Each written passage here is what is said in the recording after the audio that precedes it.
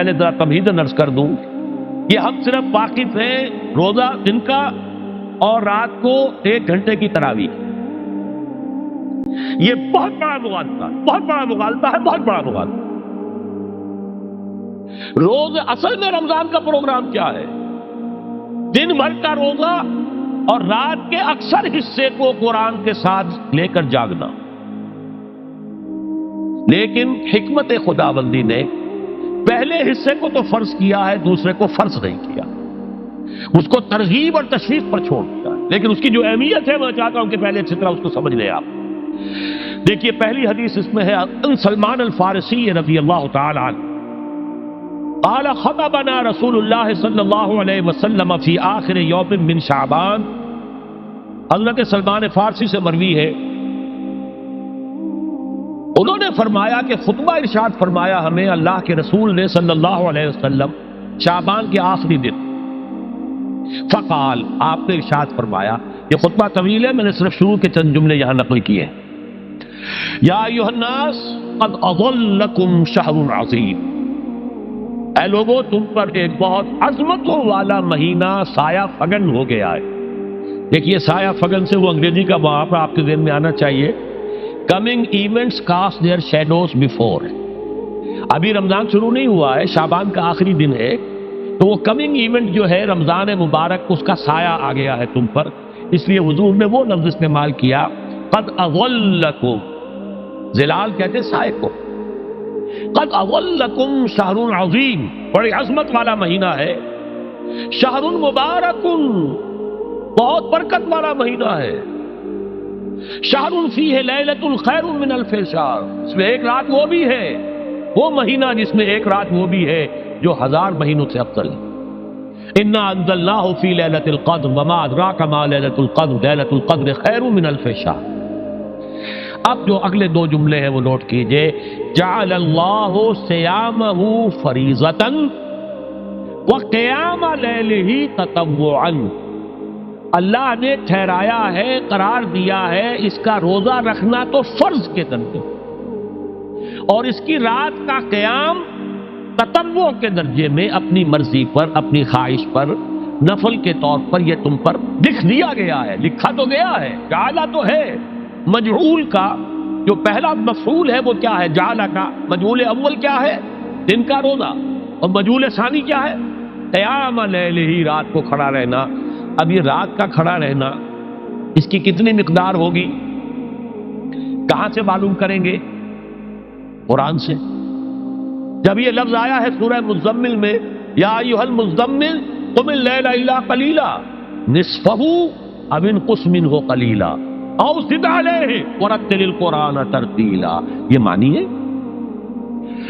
اے لحاظ کپل میں لپٹ کر لیٹنے والے، کھڑے رہا کرو رات کو سوائے اس کے تھوڑے سے حصے کے، یعنی آدھی رات یا اس میں تھوڑا سا کم کر لو، جسے پھر کہا مفسرین نے 1/3 رات کم سے کم.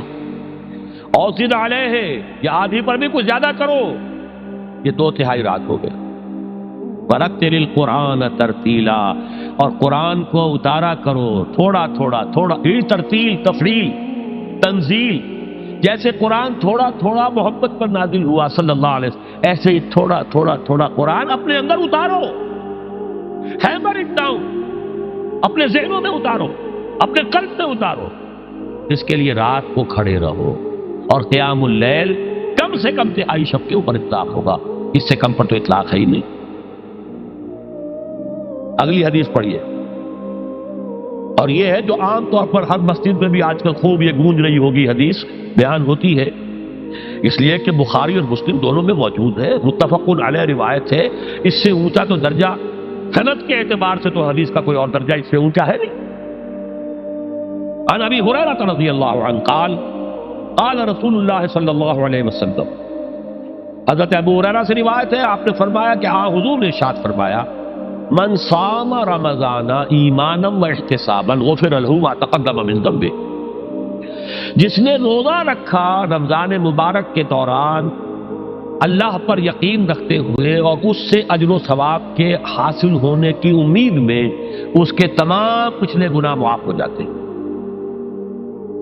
ومن قام رمضان ایمانا واحتسابا غفر له ما تقدم من ذنبه، اور جو کھڑا رہا رمضان کے دوران، کھڑا رہا ہے، جیسے ساما، میں نے شروع میں آپ سے عرض کر دیا تھا، یہ مصدر ساما یصوم صومن، قام یقوم قیاما، ومن قام رمضان، جو کھڑا رہا رمضان کے دوران، پورے رمضان کے دوران کھڑا رہا، ایمان و احتساباً کی شرط پھر وہی ہے، غفر له ما تقدم من ذنبه، وہی اجر اس کا بھی ہے۔ ومن قام لیلۃ القدر ایمانا واحتسابا غفر له ما تقدم من ذنبه، اور جو خاص طور پر لیلۃ القدر میں کھڑا رہا ایمان اور احتساب کے ساتھ، اس کے بھی پچھلے گناہ معاف ہو گئے۔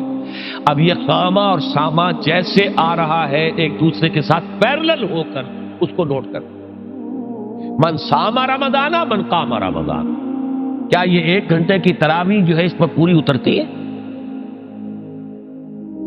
نسبت خاک رابع عالم پاک، کوئی اس میں ریشو پروپورشن جڑتی نہیں۔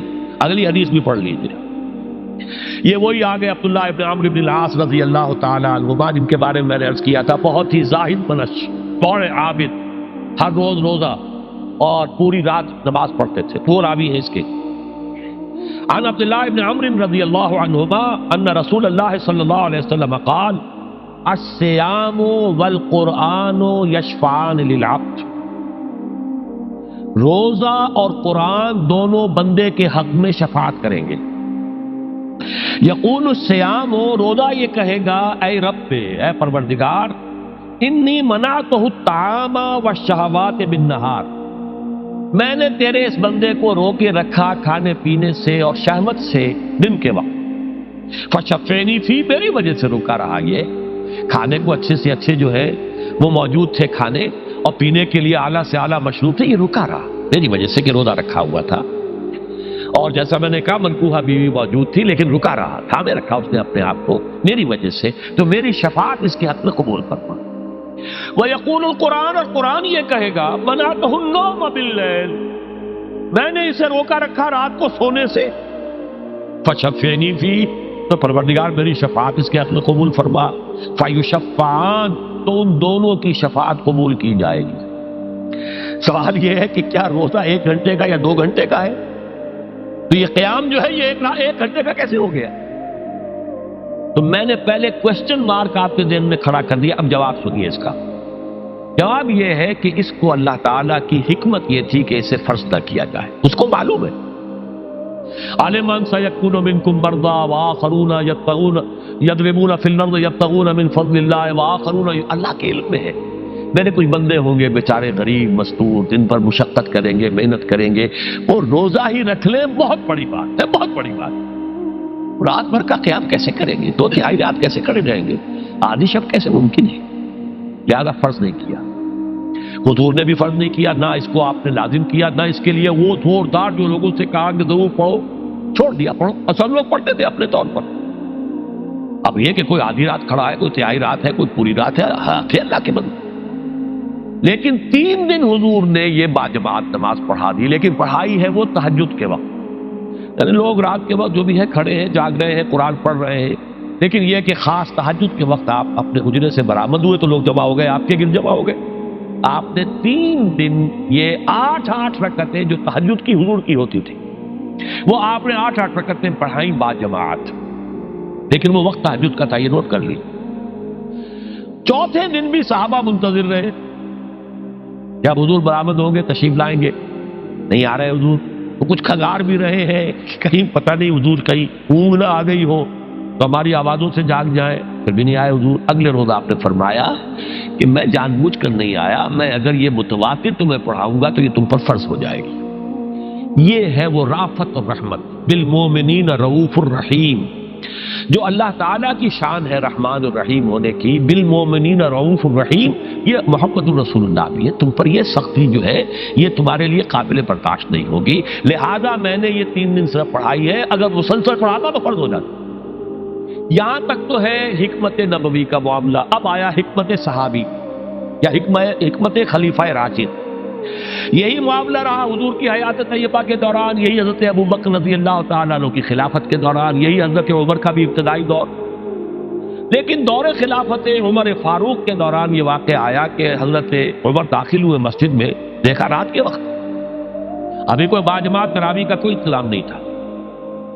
آپ نے دیکھا کچھ لوگ مسجد کے اس کونے میں کھڑے ہیں, ایک حافظ ہے, ساتھ تو حافظ نہیں ہوتے تھے نا, تو کوئی حافظ ادھر, انہوں نے 5 6 7 8 آدمیوں نے کسی حافظ سے گزارش کی, وہ انہیں قرآن سنا رہا ہے, وہ کھڑے سن رہے ہیں. کوئی دوسرے کونے میں ایک دم گٹا ہے, کوئی تیسری طرف ہے, کہیں ہے. تولیوں کے اندر لوگ جو ہے وہ قیام اللیل کا حق ادا کر رہے ہیں. آپ نے فرمایا کیا ہی بہتر ہو کہ یہ سب جمع ہو جائیں امام کے پیچھے, اور پھر یہ کہ اسے عشاء کے ساتھ متصل رکھ دے, تاکہ جس کو کہتے ہیں عربی میں ما لا یترک کلہ لا یترک کلہ, اگر کوئی شے کل کی کل حاصل نہیں ہو سکتی تو کوئی شخص بھی مسلمان بالکل محروم نہ رہ جائے. کم سے کم یہ 20 رکعت تراویح تو پڑھے اور قرآن سن لے, تاکہ کسی نہ کسی درجے میں تو اس کا بھی حصہ ہو جائے اس کی برکات میں سے. یہ ہے حکمت حضرت عمر فاروق کے فیصلے کی. اور چونکہ حضور نے فرمایا علیکم بسنتی و سنت الخلفاء الراشدین المہدیین, تم پر لازم ہے کہ میری سنت کو اور میرے خلفاء راشدین کی سنت کو مضبوطی سے پکڑو. یہ وجہ ہے کہ فقہاء اربعہ جو ہیں ہمارے, وہ سب کے سب اس کو واجب کے درجے میں رکھتے ہیں, اس لیے کہ یہ فیصلہ حضرت عمر کا, عمر خلیفہ راشد ہیں رضی اللہ تعالی عنہ. لہذا یہ نظام بن گیا تراویح کا. اب میں اس کی نفی نہیں کر رہا, لیکن جو شخص سمجھتا ہے کہ اس سے اصل حکمت اور غرض و غایت پوری ہو گئی, وہ مغالطے میں مبتلا. یہ تو علی الاقل کم سے کم اس درجے میں کہ ہر مسلمان کم سے کم اس درجے تک تو جو ہے وہ کچھ نہ کچھ حاصل کر ہی لے, اور وہ اس سے محروم نہ ہو بالکل ہی. ما لا یدرک کلہ لا یترک کلہ, اس درجے میں حضرت عمر کا فیصلہ ہے, اور اسی کی وجہ سے ہمارے خلفاء, ہمارے جو ائمہ اربعہ انہوں نے قبول کیا ہے. اور یہی اس مسئلے کا حل ہو جائے گا جو اہل حدیث حضرات اس کے اوپر جو ہے چیلنج بھی شائع کرتے ہیں. کوئی ثابت کر دے حضور سے 20 رکعتیں تو ہم اتنے لاکھ, ہم بھی کہتے ہیں کہ حضور سے ثابت نہیں ہے, کون کہتا دعویٰ ہی نہیں. یہ تو حضرت عمر کا فیصلہ ہے, حضرت عمر کا فیصلہ, خلیفہ راشد کا فیصلہ, اس کو امت نے قبول کیا ہے, لہذا وہ نظام ہے, رہے گا. اور یہی جو ہے آپ کو معلوم ہے, حالانکہ یہاں اکثریت جو ہے وہاں پر وہ اہل حدیث حضرات کی ہے سعودی عرب میں, حرمین میں وہی 20 رکعت تراویح ہوتی, اس لیے کہ وہ ان کا جو آفیشل مسلک ہے وہ مسلک حنبلی, حنفی نہیں ہے. وہ حنبلی مسلک میں بھی یہی ہے, شافعی میں بھی یہی ہے, مالکی میں تو 36 تک کی روایتیں موجود ہیں, 36 رکعت. لیکن یہ ہے کہ یہ ہے وہ 20 رکعت تراویح کا معاملہ, اس کی نفی میری بات سے نہ سمجھ لیجیے گا, وہ ٹھیک ہے, حضرت عمر کا فیصلہ ہے. پھر یہ کہ یہ آسان ترین ہے کہ عشاء کے ساتھ ہی متصل پڑھ لی, اور آج تو ہماری نیند کا کوئی حصہ اس میں جاتا ہی نہیں, کون سوتا ہے اس سے پہلے سوال ہی پیدا نہیں ہوتا. لیکن یہ جو کہہ رہے ہیں کہ قرآن کہے گا میں نے اسے نیند سے روکے رکھا, اس کا حق کہاں ادا ہوا؟ اس کا حق تو ادا ہوگا کہ تہائی ورنہ نصف شب کے لگ بھگ آپ جاگے قرآن کے ساتھ. اب سمجھئے اس کی غرض و غایت کیا ہے. اگر قرآن رمضان کا یہ دوگنا پروگرام سامنے آ گیا, اصلاً جو مطلوب ہے دن بھر کا روزہ اور رات کے اکثر حصے کا کم سے کم نصف شب جو ہے اس میں جاگنا قرآن کے ساتھ. اب اس کی جو حکمت اور غرض و غایت ہے وہ بھی اب آپ 2 درجوں میں سمجھ. رمضان کا اب 2 اچھا پروگرام, دن میں روزہ رکھو, اس روح کو مزمحل کرو, اس روح کو مزمحل کرو گے, اس میں جسم کو مزمحل کرو گے, حیوانی وجود کو, تو ہی اس روح کو کچھ ریلیف ملے گا. بھاری بوجھ کسی کے قدموں میں پڑا ہوا ہے, وہ کیسے اوپر اٹھے گا؟ ذرا اس کے نیچے جو وزن ہے, لنگر بھاری ہے, جہاز کا کیسے چلے گا؟ لنگر تو اٹھاؤ. تو اس طریقے سے وہ ذرا بوجھ سے اس کو تھوڑا سا ریلیف دو, رات کو کھڑے ہو جاؤ. اب اپنی روح پر نازل کرو اللہ کے کلام. تیرے ضمیر پہ جب تک نہ ہو نزول کتاب, گرا کشا ہے نہ راضی نہ صاحب کشاف. اب یہ فوار پڑ رہی ہے تمہارے اوپر, تمہارے اندر اس کو جذب ہونا چاہیے. اس سے کیا ہوگا؟ روح کو تقویت حاصل ہوگی. اس کو مثال سے پہلے سمجھا دو. کوئی شخص پیاس سے مر رہا تھا, اس درجہ پیاسا تھا کہ اس کے اوپر بے ہوشی بھی طاری ہو گئی ہے. کوئی شخص آیا, اس نے پہلے اس کو پانی کے چھینٹے دیے, کچھ ہوش میں آیا. اب اسے پانی کا کوئی کٹورا لگا دیا اس کے منہ سے. پانی کے ایک گھونٹ کی جو لذت اسے اس وقت محسوس ہوگی, کیا کبھی زندگی میں کسی کو محسوس ہو سکتی؟ یہ پانی کتنی بڑی قیمت ہے, قیمتی شے ہے. یہ تو اسی سے پوچھئے جسے پیاس لگی تھی, اور پیاس کی وجہ